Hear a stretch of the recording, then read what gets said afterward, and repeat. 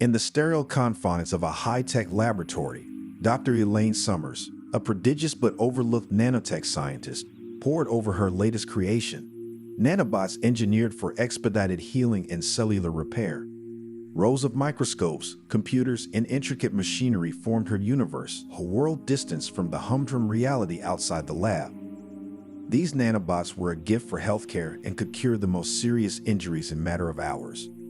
Many diseases that were once considered fatal could be cured because of the nanobots. People around the entire world came to the lab of Elaine Summers to cure their diseases. One day, a sudden, startling alarm disrupted Elaine's concentration, followed by frantic screams and chaos. Unseen by the naked eye, the nanobots she painstakingly engineered had begun a terrifying mutation. They started to devour organic matter with ruthless efficiency, their replication process going haywire. Panic set in as colleagues collapsed, bodies dissolving into grotesque heaps of metallic gray matter, the nanobots ruthlessly reproducing at an exponential rate. The lab was rapidly transforming into a horrific tableau of unrestrained destruction. In the heart of this unimaginable terror, Elaine barely managed to escape the initial onslaught, saved by the fortuitous anomaly of her workstation being the farthest from the nanobot containment unit. The nightmare was far from over, though. Shock and fear coursed through Elaine as she witnessed the unfolding devastation in her lab. Her heart pounded against her ribcage like a desperate prisoner yearning for escape, echoing her deepest instincts to flee, to seek shelter far away from this chaos and carnage. She stood at the precipice of a decision that could very well determine the fate of everything she held dear. As she hesitated, her mentor, Professor Edward, found her amidst the disarray. He gripped her shoulders, his usually warm eyes now filled with a grim determination. "Elaine," he urged, "you can't run away. You are one of the few who fully comprehend the intricacies of these nanobots. You must take responsibility." "Listen, Elaine," he told her, his voice barely above a whisper. "There's something I implement, a potential failsafe." Elaine watched as he produced a crumpled piece of paper from his pocket.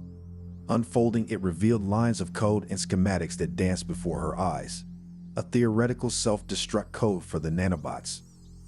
"I considered this an ethical paradox, an unwanted godlike control, but now," his voice trailed off, regret tinging his tone. He offered the paper to Elaine, his eyes meeting hers. "I never thought we'd need it, but I believe you can do it, Elaine. You can make it work." Before Elaine could respond or fully comprehend the enormity of what Edward had just revealed, a tide of metallic gray matter surged towards them. Edward shoved Elaine away, yelling, "Run, Elaine! Implement the code." Then he was consumed, his figure merging with the unstoppable tide of nanobots, his final sacrifice echoing in the deafening silence of the lab. His trust in her, his plea for her to save them all, was now Elaine's sole companion amidst the devastation. The city had transformed into an alien landscape under quarantine. Once bustling streets now stood silent, save for the chilling hum of the nanobot swarm.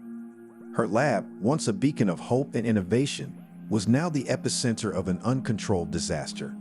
The metallic tide of nanobots had transformed it into a grotesque monument of their destructive power. Yet, Elaine pushed forward. She was the architect of this devastation, but she was also the key to its end. Her fingers tightened around the paper bearing the self-destruct code, a symbol of hope amidst despair. As Elaine navigated through the deserted city, she wasn't alone for long. Fate introduced her to Ethan, a youthful programmer whose skills were matched only by his infectious optimism. He had been working at a tech startup when the outbreak occurred, and his understanding of complex code structures made him an invaluable ally. Next, they crossed paths with Major Jessica, a stern, no-nonsense retired military officer. Behind her icy exterior was a woman who had seen the horrors of war and was determined to protect what remained of their city. Her tactical expertise and unyielding spirit were the pillars that bolstered their small team. However, their path was littered with not only the monstrous nanobots, but also formidable human adversaries. A powerful corporation, Biotech Corp, had caught wind of the nanobots and their destructive potential. Their avarice blinded them to the humanitarian crisis, seeking to exploit the situation and weaponize the nanobots for profit. The battle lines were drawn, the battlefield set. Elaine and her team were pitted against relentless microscopic terrors and insatiable corporate greed. Elaine needed to get back to her lab and obtain data from her computer to finish the self-destruct code. The journey back to the lab was an arduous one, a grim testament to the city's rapid descent into dystopia. Elaine, Ethan, and Major Jessica navigated through this wreckage, a solemn air of determination binding them together. Elaine's lab loomed ahead, a chilling monument of humanity's arrogance, standing amidst the landscape of destruction. With the precision of a seasoned officer, Major Jessica guided them through the safest routes, circumventing the areas heavily infested with the nanobots. The silence of the lab was a stark contrast to the chaotic. A brutal fight ensued, the chief's superior strength clashing against Elaine's unyielding spirit.